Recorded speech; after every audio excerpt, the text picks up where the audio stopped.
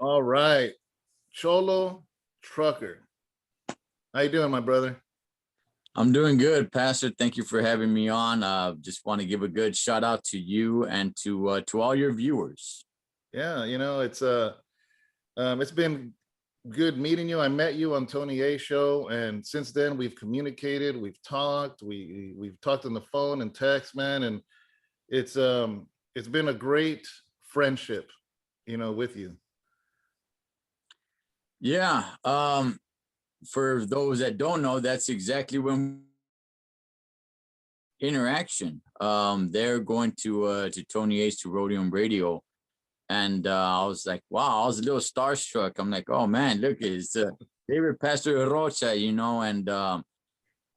just for anybody who's watching, Pastor, you're one of the coolest guys to hang out with and talk to, and very easy to talk to.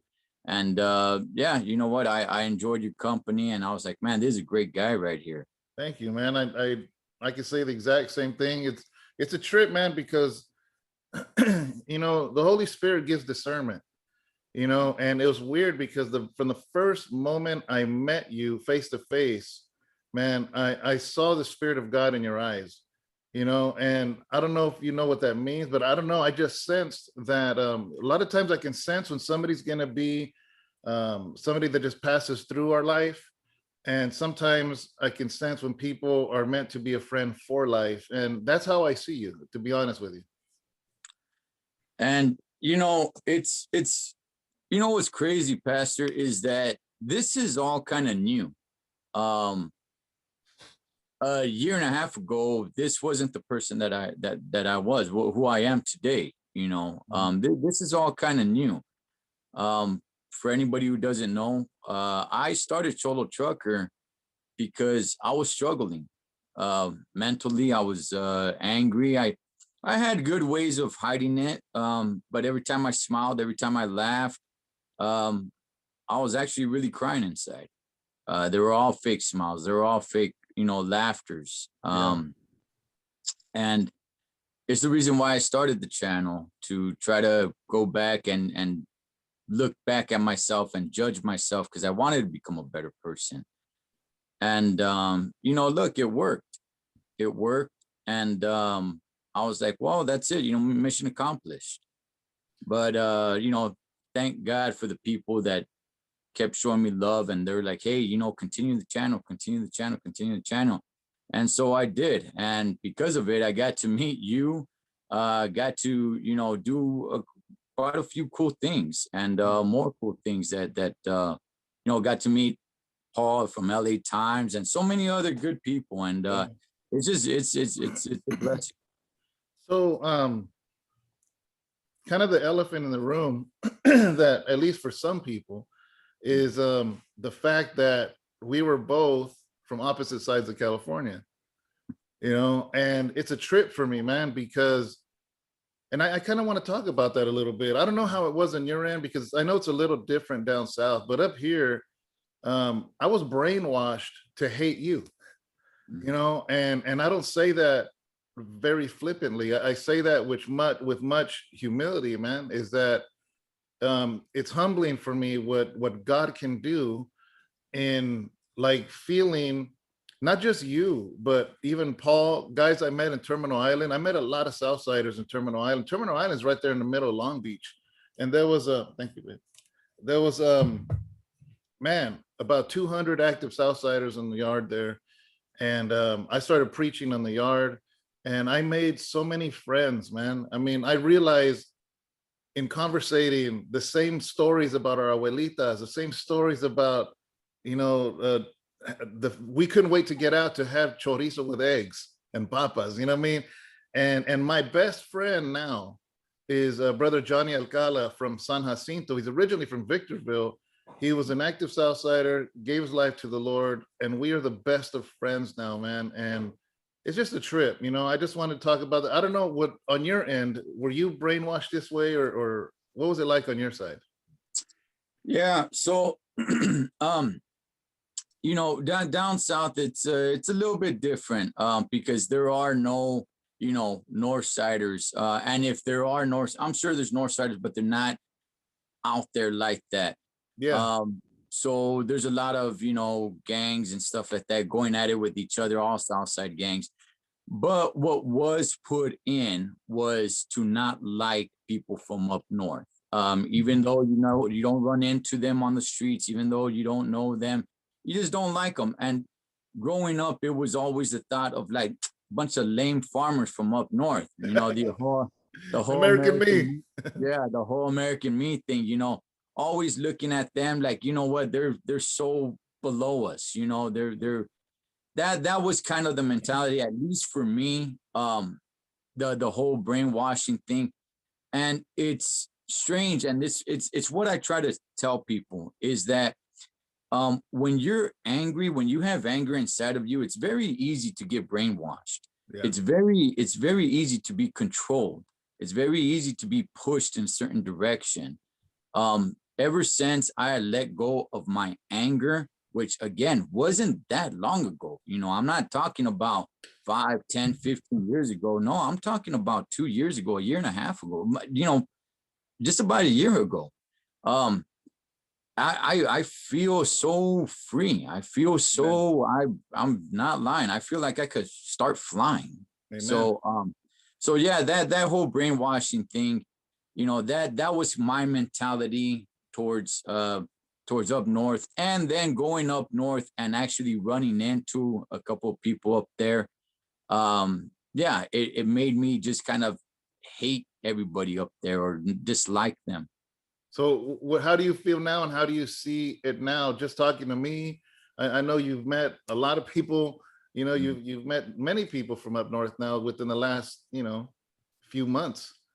What's your perspective right now?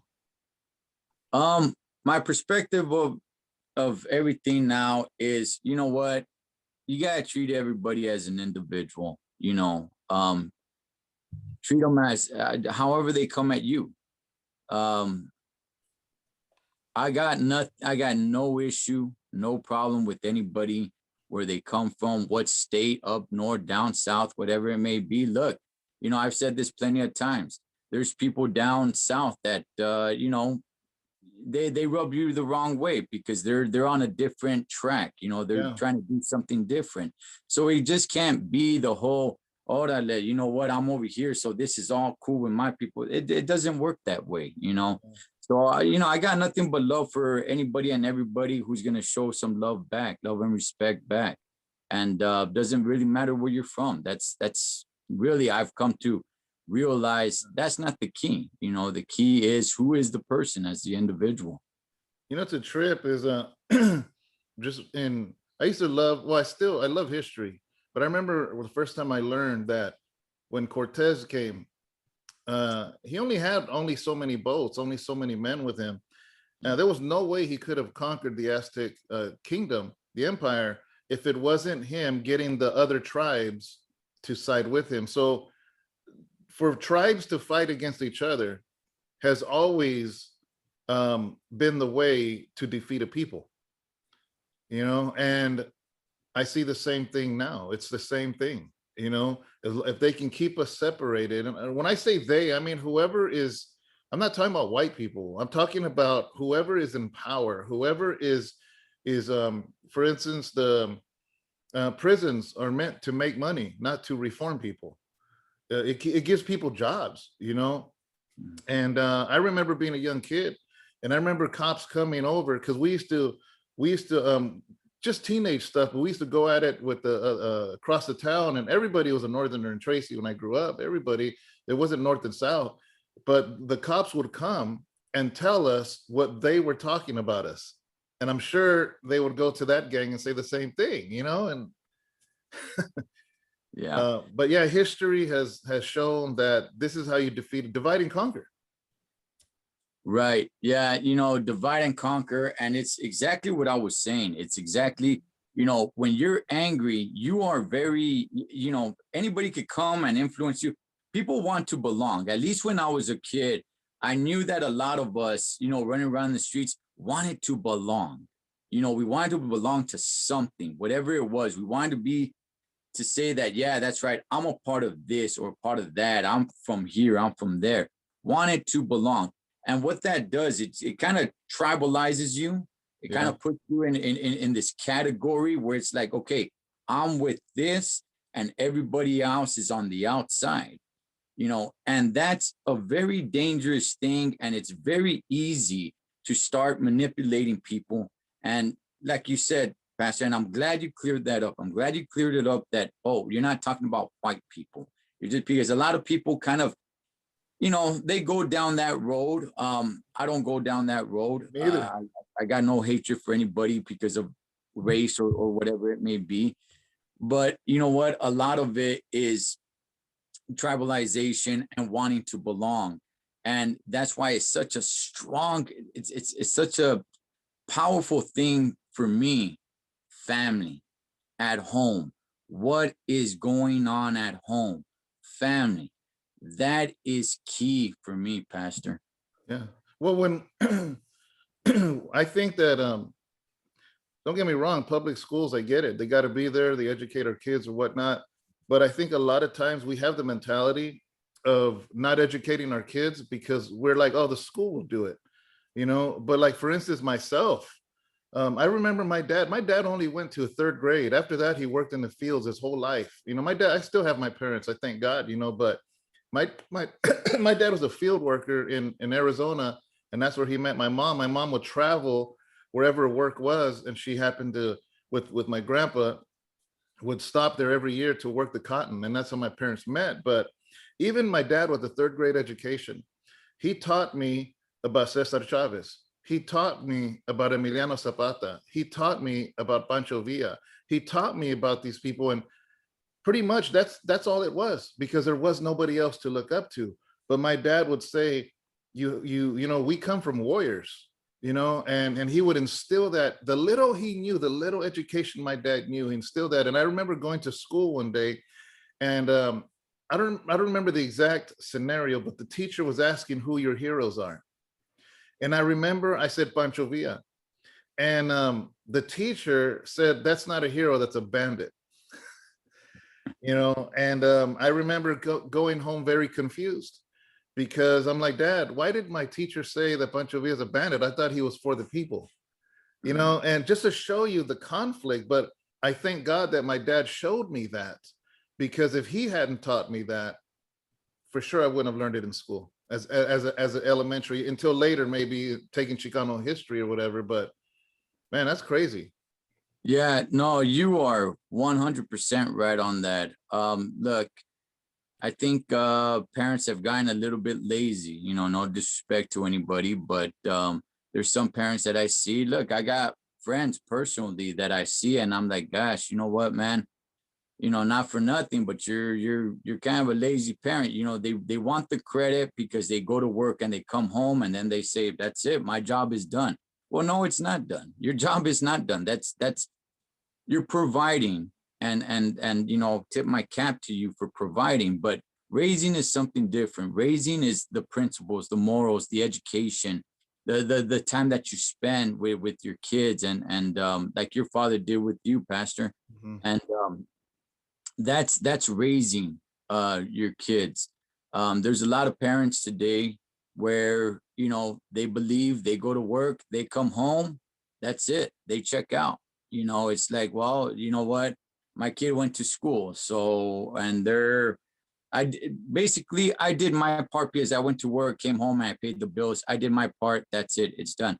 It's not done. It's not done. That's providing, that's part of it, and I'm glad people are doing that. Yeah. But going in there and actually spending time with your kids and educating them yourself, and giving them all that clecha of life, that's raising. Yeah. I remember even because we grew up in a ranch out in Tracy. My dad was working for a rancher, and when you work for a rancher, they provide housing for you. And my dad still lives there. It's about maybe 1.5 acres. We call it the ranch, and out there is about maybe 3 miles outside the city limits. So having a gun was a normal thing out there, because you never know. My dad would be off at work from the moment the sun went up to the sun went down. My dad was out in the tractors working. So I remember being about 5, maybe 6. And my dad said, you're old enough to learn how to use my gun. this is the reason why, not for gangs, not for anything, but to protect the home. And I think a lot of men, especially in the cities, don't get to have this opportunity, or much less don't even have a dad or a responsible dad. But I remember that talk where he said, this will take a life. You do not point this at anyone. This is what he said at a 5-year-old. And I understood it at 5. He says, you never point this at someone unless they come to hurt you or your mom when I'm at work. He goes, and if somebody comes to hurt your mom, you point this and do not hesitate to protect this family. You know, and but then at the same time, the fact of never pointing it, the fact of safety, the fact of this is something that is not a toy. At 5 years old, I was able to comprehend that, you know, and as I got older, he taught me how to shoot. So by the time I became a teenager, I was a good shot. I didn't do this whole, you know, New Jack City, you know, you know, and but because of that, I thank God that for that reason, I didn't grow up and do dumb things. There was times in those moments where really it could have went really bad. And only by the grace of God am I not in prison for life, you know. But it was always that lesson that my dad said, this thing is to be respected because it takes a life, you know. And you know what, there's a lot of people, a lot of people, a lot of us, that our first interaction was with a gun was from a, you know, big homie. Exactly, that's my point. Yeah. And in reality, you know, when you think about it, the big homie was a kid themselves. It was probably like a 19-year-old kid, you know, passing a gun to a 13-year-old. Yeah. Or a 12-year-old saying like, "Orale, man." And, you know, at that time, at that age, when you're 12, 13, 14, 15 years old, somebody who's 19 years old, you look at them like, man, they're a big homie. They're a big dog. Like they know it all, you know. Looking back at it now, Pastor, you know, a 19-year-old is a kid. A 20-year-old is still a young kid, you know. So, but that's who's really saying like, "Orale, here's the gun. Let me give you, you know, all the flecha." But, you know, it's really just another youngster. Yeah. And it's unfortunate because fathers are very, very important. And I think it's being lost. I don't just mean in with raza, I just mean in society today. No disrespect to any women's movement or anything like that, but the whole thing of the male role model has been just kind of diminished and kind of pushed to the side with this whole thing of like, you know, uplifting so much the woman, and everybody just kind of forgets the dad. Everybody kind of forgets the male role model that kids need, both you know, daughters and sons. Yeah. And I think it's very important for people to bring it out, because now, you know, I have 2 sons. Yeah. I don't want them to think that, you know what, when you guys have kids, you're not that important. No, Charles, you are important. You're very important. Yeah. You have a big role, a big responsibility to play in your kids' lives. So I think it's very important that we push that. So yeah, it's I think that the role of a father, I think the reason the 14, 13-year-old is getting klecha from the 19-year-old is because the lack of men. The lack of men taking responsibility. And don't get me wrong, I've never been a perfect dad. And for years, it took me years to become the man that I am today, you know. And I had no excuse because I have a very strong role model as a father, you know. But these young homies, man, they don't have a dad. So all they have is the older homies that they have. And that's unfortunate because men are absent, men are put in prison, men are addicted to drugs at an early age, men are taught to womanize, that if you womanize, you're a real man. And then it doesn't help that the Hollywood agenda of emasculating, what's the word? Demasculating. Yeah, men, you know what I mean? To make men look dumb, to make men look lazy, to make men look stupid, to make men look like, you know, look at sitcoms. If you really look at the role of fathers back in the 80s and 90s on sitcoms, other than the Cosby Show, and look what happened with that, you know, that's a whole other thing. But if you really look at it, the dad plays a second role. And that is even in biblical principle. We are supposed to hold the family together as men, and the wife and the children will follow that man.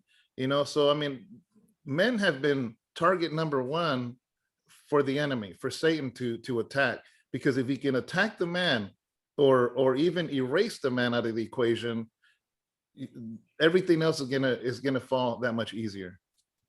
Yeah, definitely. Look, men and women, we need each other. Yeah. We both need each other. We balance each other out, and it just seems like in society, it's just all about the women. Again, it's all respect to the ladies and all, but yeah, the man has been pushed out, saying like, you're not that important. You're not that important, and it's all about the women and the ladies and the strong moms. Well, you know what? Strong dads are needed.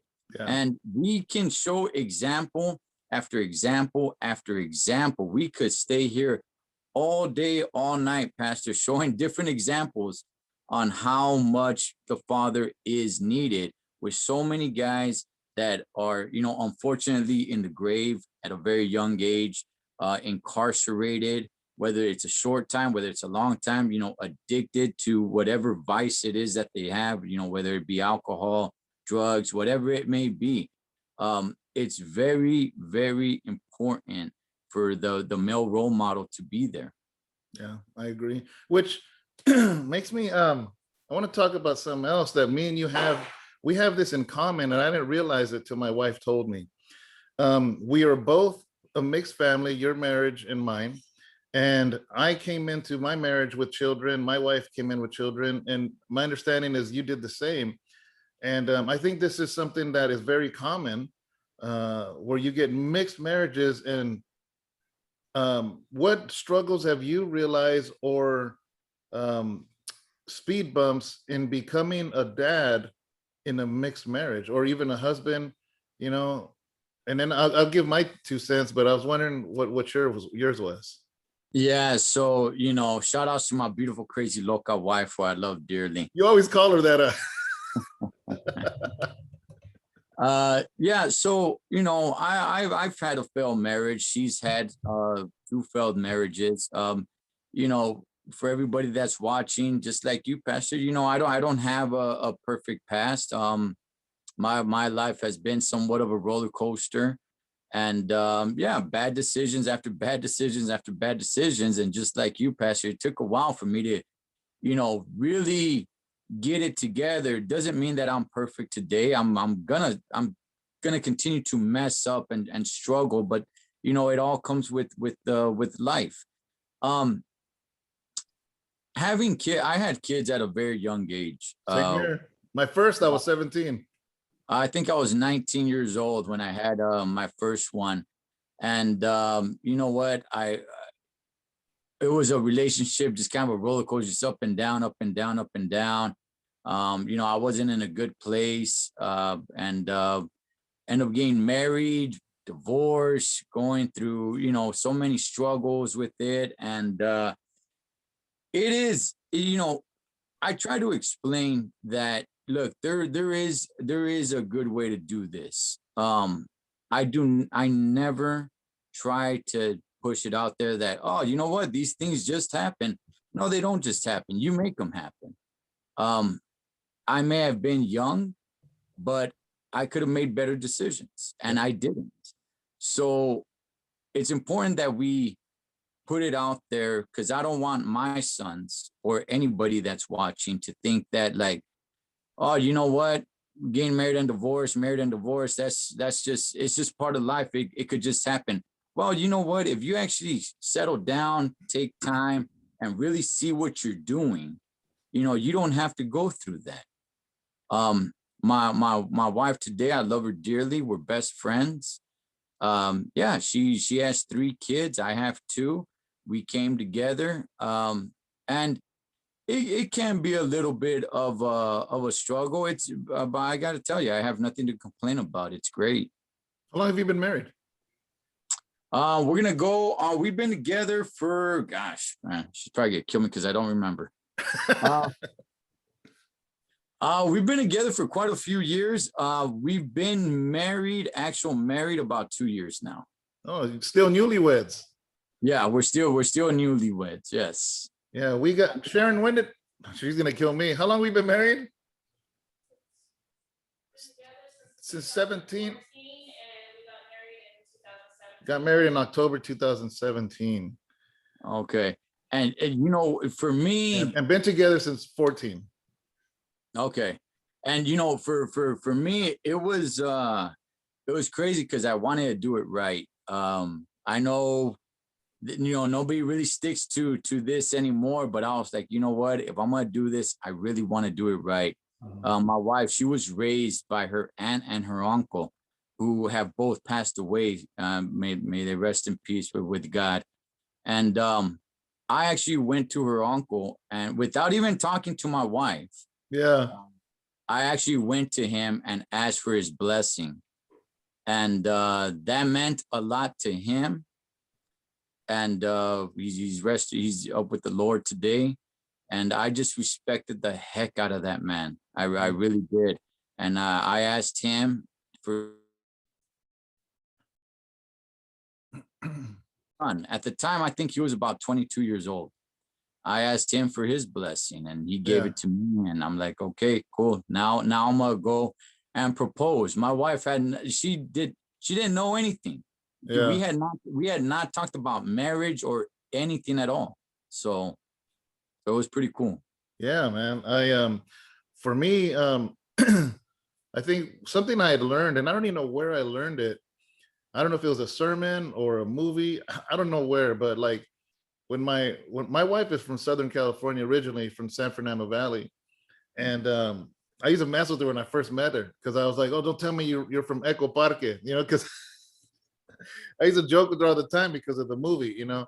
But she's from San Fernando, grew up in that area. I think she was born in Pacoima, grew up in Sun Valley, right? Yeah. And so when she moved up here, she already had 2 adult children, and she had 2 that were still growing. Abraham was the one you met not too long ago that was with me, and I have 5 children. So one thing I learned, and maybe you can reiterate in your opinion, was that I didn't want to come in and discipline until he knew that I loved him first. Because when you discipline without love, that's not right, man. Because you can't be, I'm the man of the house, you're gonna listen to me. No, the way for him to receive that discipline, or not just discipline, but just authority, because you are the man of the house, is for them to know that they're loved also.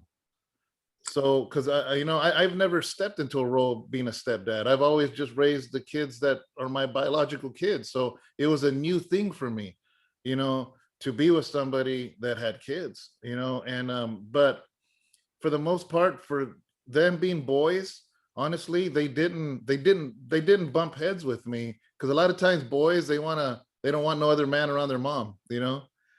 And I don't know, how about on your side? How did that work out? Yeah. So, growing up as a kid, I grew up without my dad. He took off when I was about 6, 7 years old. So, I remember my mom was in this long-term relationship with this other guy. And just like you said, Pastor, he came in and he wasn't that much of a bad guy. He's passed away as well. And he wasn't that much of a bad guy, but he did come and I'm the man of the house, which, rightfully so, like you said, right? You are the man of the house. My brother rebelled big time against him. I was kind of on the fence. And so, we always got to think back to that and really say, hey, how would you take it? So now as a grown up, you're right. You just can't come in and just be like, hey, you know what? I'm here. This is my, I got the throne. So Yeah. do what I say, that's not gonna work. And it's a very touchy issue because it's their mom. Yeah. It's their mom. We all look at our jefitas like, hey man, you don't mess with my mom. It's a little bit different when it's your dad. When dad is dating or when dad has, a new girl, whatever, it's not quite the same. But Yeah. when it's your mom, it's, whoa, you know what? Yeah. Hey man, there's boundaries, man. I don't like where this is going. So you really gotta tread carefully. I was I think at first they were kind of like, here comes a guy that she's bringing around.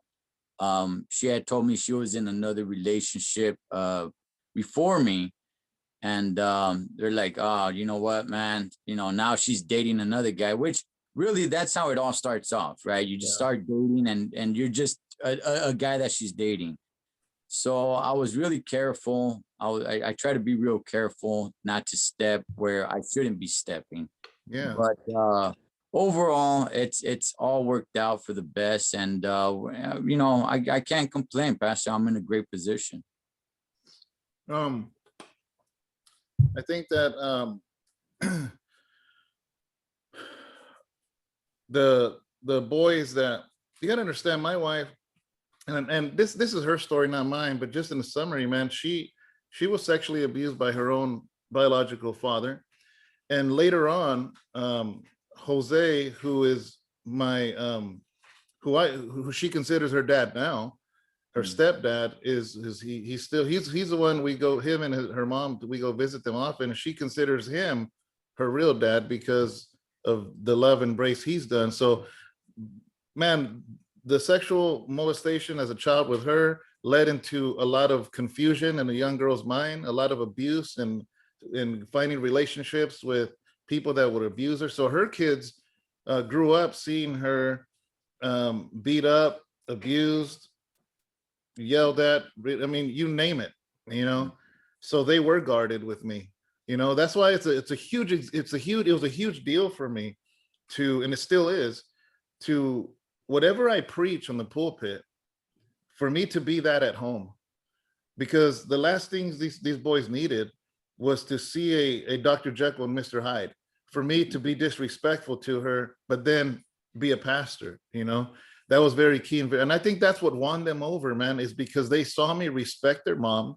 They saw me love her, and they saw me take care of her, and there was a lot of hurdles. There was a lot of hurdles between me and her, because you got to understand, her having been so abused, and it's hard for me to hear some of the things that she's went through to talk about it. And I just kind of, I just kind of get straight faced, because I get mad, you know what I mean? Because I'm just like, man, I wish I was around, if I was around then, anyways, but that for me has been the biggest hurdle, is to break through and to show her that I'm not like these other men, thank God, because of Christ. And to show the boys too that, hey, I'm going to give you a solid home, a solid foundation, and a house of peace. This world is so insane that at least we can come home and have peace. Yeah, and you know what, Pastor, and I've shared this with you guys. I was sexually molested when I was a kid. I've told my story on LA Times, and look, it does do some damage. It does leave some scars. For one reason or another, I don't know why, but it was probably like in my late 30s, somewhere around 37-ish, where it really started getting to me. I don't know why that was, but it really started getting to me. It really started messing with me mentally. How old are you now? I'm 39. I'm about to be 40. So this is the same time you're saying all this anger. You were an angry person 2 years ago. Right. Yes. And all my laughs were really cries. All my smiles were really frowns. All my happiness was really sadness. Yeah. And it was tough. I had not spoken about it. Wow. I didn't talk about it at all. Until I actually shared it on LA Times. Really? And, and shout outs to them. Shout outs to Big Joe and Paul. Those are my guys right there. Those are my brothers, man. Yeah, great people. So, until I talked about it with them, and I talked about it with my wife, I talked about it with my oldest son, and now, I thought it was important to bring that out and talk about it. Yeah. And because it does, you know, how your wife went through that, I can go ahead and sign off that it does mess with you. It does, you know, leave some scars, and you do make bad decisions. Yeah. But we can't we shouldn't stay, you know, as victims in life. Yeah. Um maybe we were a victim of it at that time, at that moment. Well, you know, we were a victim of it at that time, at that moment, but staying as a victim, well, that's up to us. Yeah. You know, we don't have to be victims. You know, we can overcome that. Yeah. And maybe it takes a little bit more strength to do so. But I'm telling you guys, I'm telling everybody, because this is not really talked about. You know, people find this kind of shameful, especially when it comes to guys, especially Yeah. when it comes to males. Most males don't want to talk about it. Not to say that it's easy for the females to talk about it. I'm sure it's tough for them. But when it's males, and when you're abused by another male, that's you know, not too many males want to talk about it. And I see a couple of other guys, and I see the type of hurt and anger that they have. Yeah. One of And my, I look at them, and I wonder, Pastor, I do wonder, like, did they suffer through that? oh, Did they go through that? But oh, but you know, it's like I said, it's very hard for a male to come out and saying like, hey, this happened to me by other males, yeah, right? yeah. You know, I have a very so close friend too that actually he has shared it. He shared it publicly. ALG was one of the rappers in Darkroom Familia. He somebody has been very close to me, and he shared that, and not only that, but had an absentee father, so he had a lot of struggles as an adult. You know, probably dealing with that, and then on top of that, not even knowing how to be a father, how to be, you know, man, it's so many men are hit with so many obstacles that it's almost like before they even start, they're set up for failure. yeah, it's like I knew the father that I wanted to be, but I just couldn't do it. Yeah.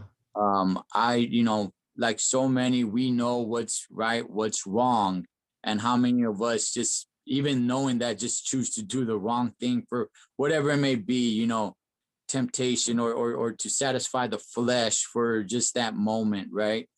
And so I knew the father that I wanted to be. I knew I wasn't being that father. I knew, like, man, this is who I want to be. This is the kind of dad I want to be, but I'm over here being this kind of dad. Yeah. And you know, there were times. I mean, it's hard. It's a struggle, and there were times where, you know, my sons did lose respect for me, and Yeah. rightfully so. And I gotta say, it's a horrible feeling. It is. It's a Yeah. horrible feeling. Yeah. Same. And Yeah. all I could say is I'm happy today, and I'm blessed to be in the position that I'm in. Yeah. I mean, I felt so many times as a dad myself. I got sentenced to 8 years. The FBI came and took me back in 2004. My youngest son was 2. My youngest daughter, I just celebrated her first birthday, and a week later, FBI takes me away, and I wasn't able to be out again until 6 years later. You know, now she's 7 years old, and at that time, you know what I mean. Now she just turned 18, but man, a lot of times, you know, and I have been spending all these years trying to rebuild, and I thank God I have a really great relationship with all of my kids. They're all adults now. They're all from 18 and on, and man, it's a blessing. The fact that even through my failures, they still love me. They see me for who I am today, you know, and I try to live my life in a way that will make them proud to say, man, that's my dad. That's my dad, instead of being embarrassed, you know.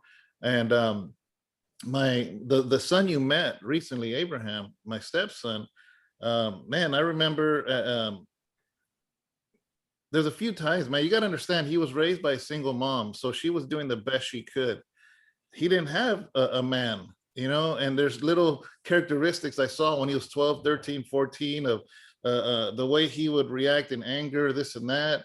And there's things I've had to teach him. I'm like, hey, we don't do that as a man. As a man, we don't just certain ways of getting mad, because I noticed he would get mad the way my wife would get mad. And I'm like, no, no, no. But I had to realize he didn't have nobody to show him. You know, I remember the first time I taught him to change oil. He had no idea. He had no idea what oil pan was. He had the simplest things, you know, and to be able to now he works hard, man. He has a beautiful car. He has a newer car than I do right now. And he's only, how old is he? 19? 19 years old, has a newer car than me, you know, and to show the fact that I'm the one that taught him how to change his oil. I'm the one that taught him how to check things and do this, and things that my dad would teach me. I taught him how to do a tune-up, and I would teach him how to get these. Sometimes it's hard to get the spark plug out and things like that, little tricks that my dad taught me, you know, and I realized this is what it's about right here, this moment. These are the reason that young men need their fathers, you know what I mean? And don't get me wrong, a woman can teach them how to change all that stuff too, you know, but man, the woman shouldn't have to play two roles. You know, it's hard enough to play one. Oh man, just a funny little story, just on to piggyback what you're saying right there, Pastor. So I was, you know, as people know, I'm a truck driver. I was making a delivery and we had to break down this pallet of doors, right? Because there was an issue with paperwork. Was it the right door? What have you? And this guy that was working in the receiving area, he was in his early 20s. I don't know, if I had to guess, probably about 22, maybe 23 years old. And I said, hey man, can you give me a Phillips screwdriver? He said, which one's that one? Wow. I was like, this is progress in society. This is the way we want to go? Is this really a good thing? Yeah. We're probably the most simplest tool in the toolbox, a Phillips screwdriver, that a 23-year-old youngster has no idea what's a Phillips screwdriver. Yeah.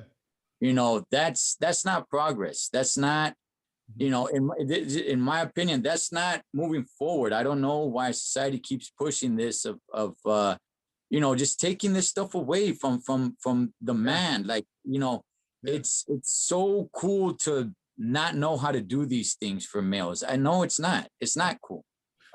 You know, my first thought is, oh, what a dummy. But second is, did he not have a father to teach him? Wait, exactly where I was leading up to. That's why that time that you spend with your stepson, with Abraham, that's why those things are so key and so important, Pastor. And that's why it's so important for dads to be around him and do these kind of things with their son and even daughters. You know what? I mean, there's so many girls that don't know how to find a good man because they didn't have a good man in their life growing up. Yeah, yeah. My daughters, I taught them. I always took them to nice restaurants on purpose because Oh no, but nowadays mothers are too busy being out. Yeah, my wife said, well, she's chiming in now. She goes, now mothers are too busy out there getting their nails done, doing this and that, and their kids are lacking. Well, you know what's tragedy, and again, you know, I'm not speaking badly about single mothers. I'm not. Much respect. They have a tough job to do. Yeah. But my wife was a single mother for many years. So yeah, my mother was a single mother for a long time. And what's the sad thing about it? And this has been said for so long, but nobody really opens it up and dissects it. And that is, the only ones that suffer are the kids. Yeah. And that's been said for so long, but nobody really opens up and really looks at it and you know, dissects what's really going on. And what's really going on is that you take the male role model out of the way. Now you got a single mother who's angry at him for whatever reason. And this is who's raising the kid. And now she's got, you know, to work hard. You know, she obviously wants a man, you know, whether she's dating or not. But now, you know, you got the kids that are just kind of in between this, what's going on, and just hearing nothing but bad news about their dad from their mom. You know, she's scarred, she's hurt, she really has nothing good to say about him. And it, you know, all this just passes down to the kids. Yeah. And like how you were saying, Pastor, how he was, how you know, your stepson was reacting like your wife is. You know, that's why we got so many guys that are just so quick to just get in fist fights. Yeah. You know, vatos like to think that, orale, man, we're gonna get down all the time. That makes us men. Nah, chale, that means you can't control your emotions. That's what it means. It doesn't make you a man. Yeah. You know, but we're like that. We're brought up that way because we didn't have, you know, good male role models of like, hey, get your feelings in check. What are you doing? Yeah. You know what I mean? Yeah, and that's kind of what I meant with him, you know, and now he sees how I handle things, and to be the best example I can be, you know. Yeah, everyone is so quick to want to throw, you know, chingazos and orale, that makes me a man. No. You know what? We hash things out. We talk things over. We're not that sensitive. That's how men conduct themselves. But so many don't know that because they didn't have that male role model. So many get emotional. Again, I'm not disrespecting my ladies, nothing but love to my ladies. Okay. But ladies are, you know, very emotional. And when you have, you know, when you don't have the male role model to teach their sons, like, hey, check your feelings, homie. That's not how men get down. Well, then real quick, it's like, orale, we're going to fight. And now I'm going to fight you. And now we're going to fight. And now a bunch of fights. And then we put it into our heads like, oh, this is making us a man. No, it's not making you a man. Okay. It just means that you have no control over your emotions. Yeah. So the last topic I wanted to talk about, I don't know how long we've been talking already. I don't want to make it too long because, brother, I could talk with you for a long time. Is I noticed you're wearing a cross. Oh, yeah. I noticed you're wearing a cross. So my question is, you know, this is a Christian channel. I pastor a church. I got saved in 2004. I heard you did a recap on the Duke of Earl Part 2 play. So I know you know about the Lord. I just don't know how much you know about him, or if you are a practicing Christian. I have no idea. So, I mean, where are you?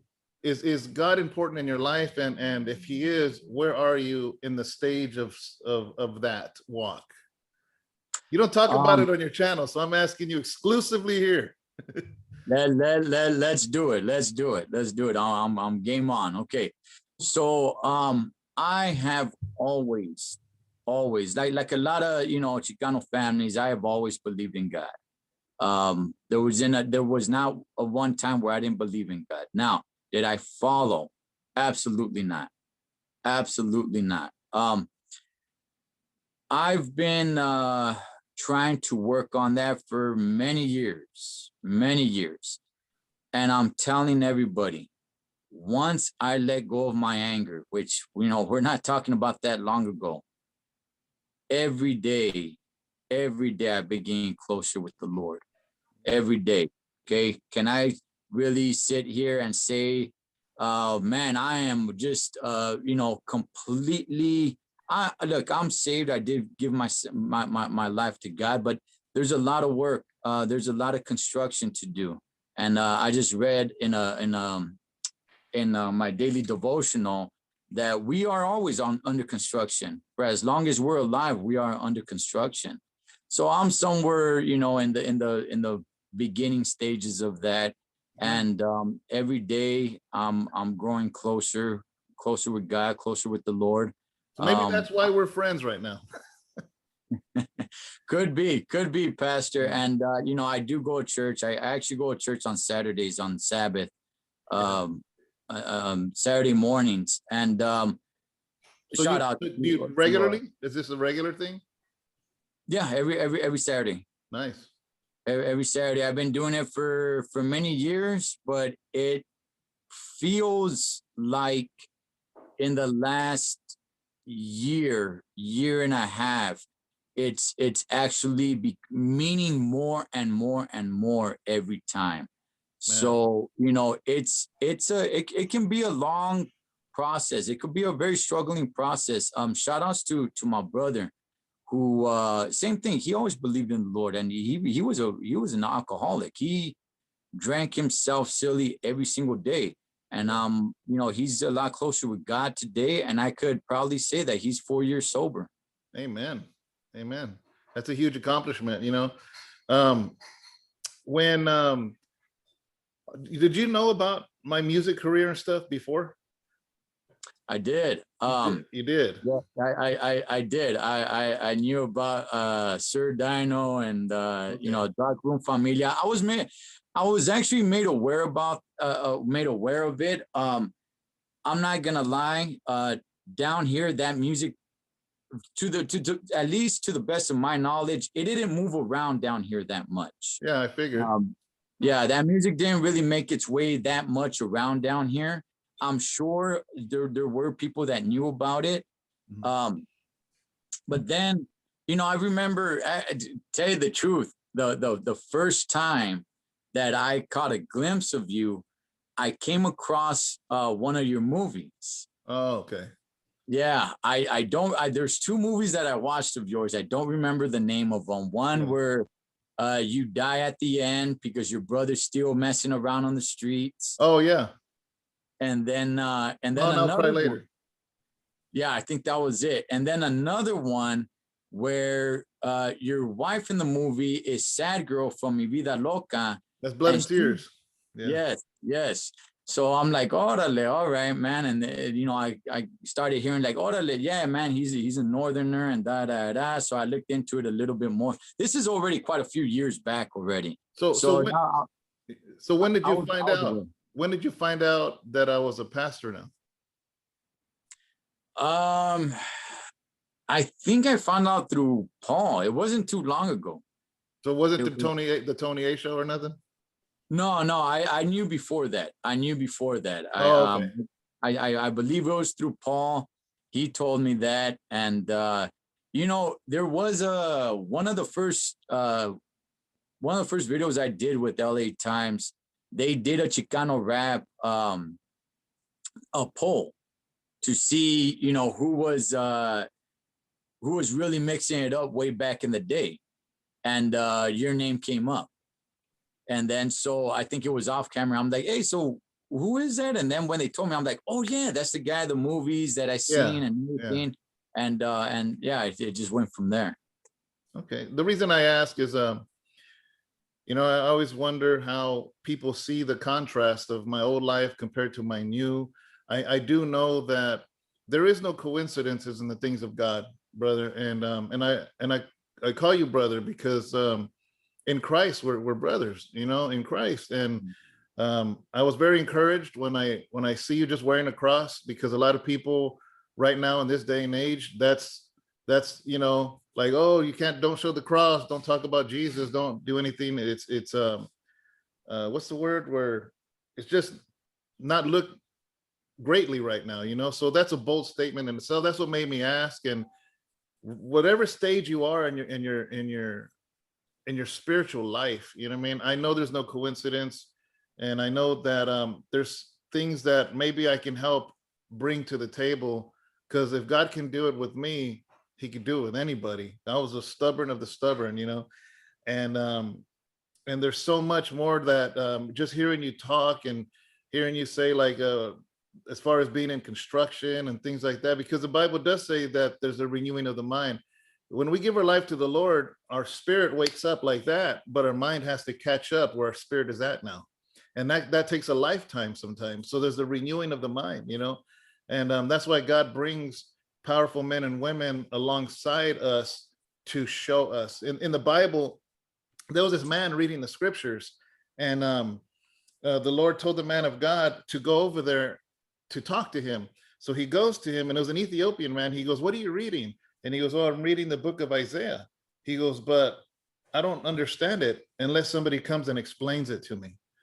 And so that man of God sat in a chariot with him and explained what he was reading, and I think that throughout our life, God has done it with me and brought men alongside me to explain to me.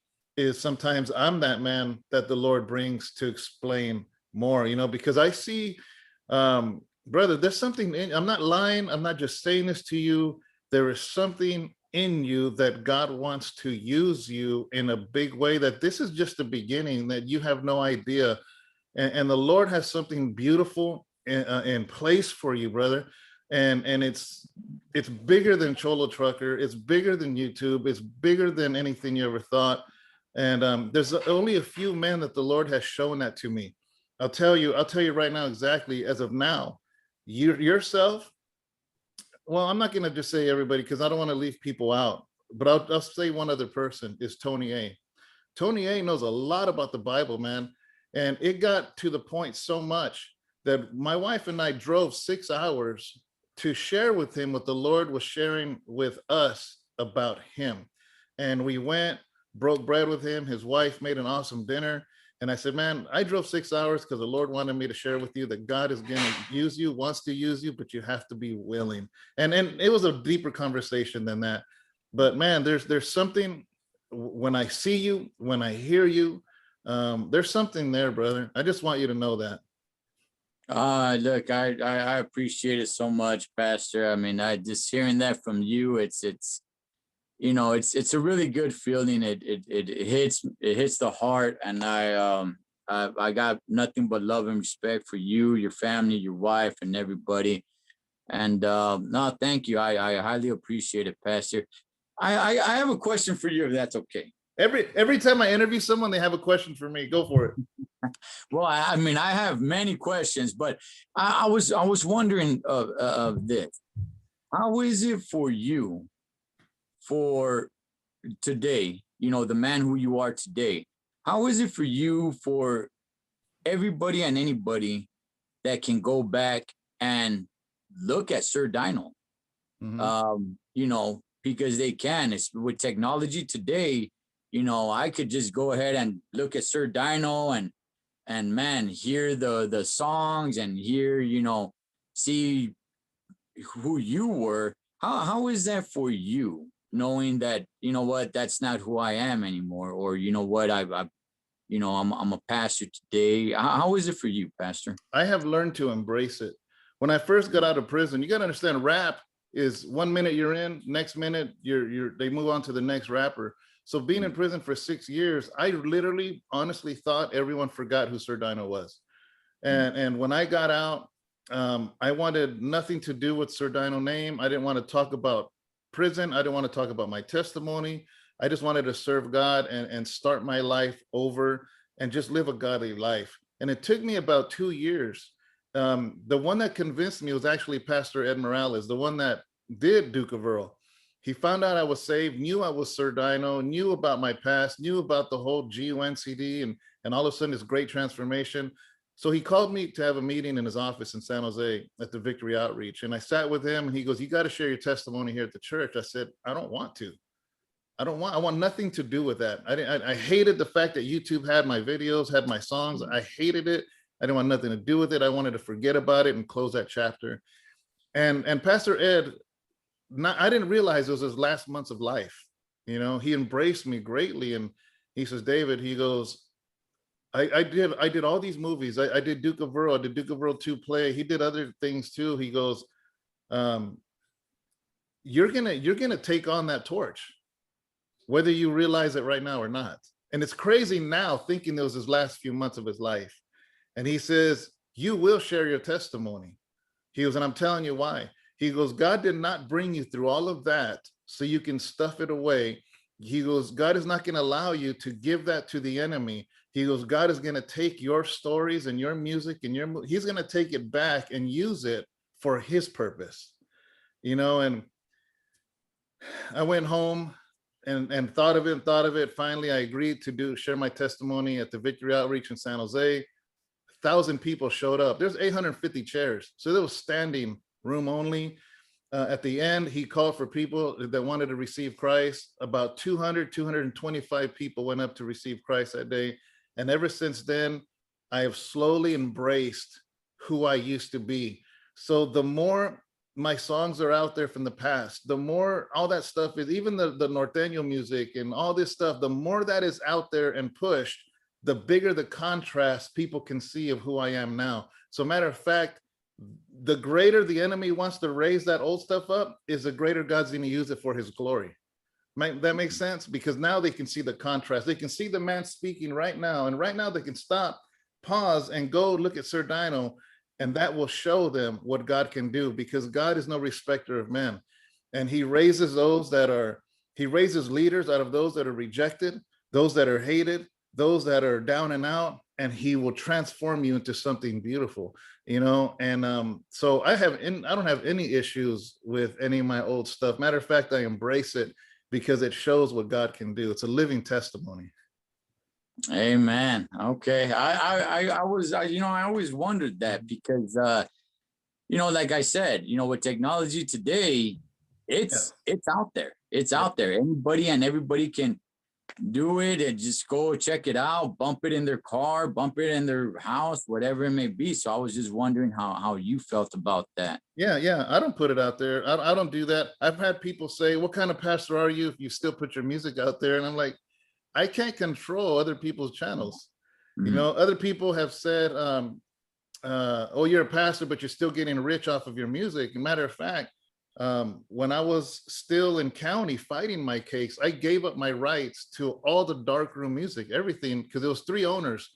It was Jose Quiros, Ed Quiros, and myself. And I gave up my rights long time ago. I got arrested in 2004. I gave up my rights in 2005. So I don't make money from my music. I don't put my old music up. If I show a clip, it's to show my testimony, but yeah, man, I just think that God uses that stuff. God uses that stuff. It's funny because now if you type Sir Dyno, my sermons will pop up, mixed along with the old music. So I'm just like, man, it is what it is, and God's going to use it, There you go. Yeah. Amen. All right. That was a very satisfying answer. Very satisfying answer. I even get called Pastor Dyno sometimes. That's all right. That's all right. You know what I mean? I had somebody, we do a daily devotional, my wife and I, Monday through Friday, and today's devotional, somebody wrote, I don't believe in God until somebody can explain to me where God came from. And I'm like, well, I'm just thankful you're on this channel. You know what I mean? And it's like, the fact that they're in the channel is a seed. It's a seed being, it's the fact that he commented means there's something intriguing him about it. And all I can do is plant, somebody else waters, and God gives the growth. And what you said right there, seeds, there's a lot of seeds in life. Let's all be careful on what seeds we're planting inside of us. That's good. Because they're going to grow. And what kind of fruit is it going to bear? Is it going to bear, fruit that's going to really keep us healthy? Or is it going to, bear some rotten fruit? And for so long, for so many of us, we've implanted, a bunch of bad seeds. You're already preaching. I'll stop. You're already preaching, man. I'm telling you, it's already in you. Oh man, you're killing me over here, Pastor. Here. Let me say this as we're wrapping this up, and I want you to say some ending things. Those of you that don't know who Cholo Trucker is, or you've learned who he is just watching this, please subscribe to his channel, because these kinds of insights, these kinds of deep issues is what he talks about. He talks about whether it's political stuff, police brutality, just things that are happening in society. And he has a very good view and round, to me, a 360 view, because you see all the way around. Good commentary, man, that you do. Very intellectual. A lot of times, so many YouTube channels are really dumbed down, and I want to tell people that to subscribe to your channel, and they're going to hear good things that are going to make them think. That's how I see your channel, man. You're a smart man. Thank you, Pastor. I appreciate it. And I definitely appreciate all your viewers, anybody and everybody who's watching this. All I could really say is, Pastor David Rocha, that's the man right there. That's the man. That's my guy. When I met you, Pastor, I didn't really know what to expect. And, I was talking with Paul the other day, and I said it right there on the video. I'm like, man, he's just the coolest guy to hang out with. You hang out with the guy, and sometimes you you're a little bit, you back off a little bit when you're like, you know what, this guy from YouTube or television or music or whatever, they're probably not what I thought they were gonna be. Yeah. But Pastor, you're all that and a bag of chips. If you remember that old saying, all that and a bag of chips. So any last thing? That's it, or? No, you know what? Just thank you for having me on, Pastor. Thank you to all your viewers. The church, the house of rest. You guys got a great pastor, and I'm very, very lucky and blessed to know you now, on a personal level. Likewise. And you know what? We're definitely gonna make our way up there, Pastor. So make a little bit of room. Myself, my beautiful, crazy loca wife, we're gonna head up there. We're definitely gonna make it happen. So and anybody from church that wants to hang out or anything, we're completely open to that. But shout outs to you, Pastor. Shout outs to all your viewers, and nothing but love and respect. God bless to everybody. Yeah, it'd be cool if whenever you come, if there's a Sunday morning open, you already know you're invited to service. So, you know what? I'm really gonna try and make that happen. I really am. All right, let me end this video. Hold on. All right, but guys, bye.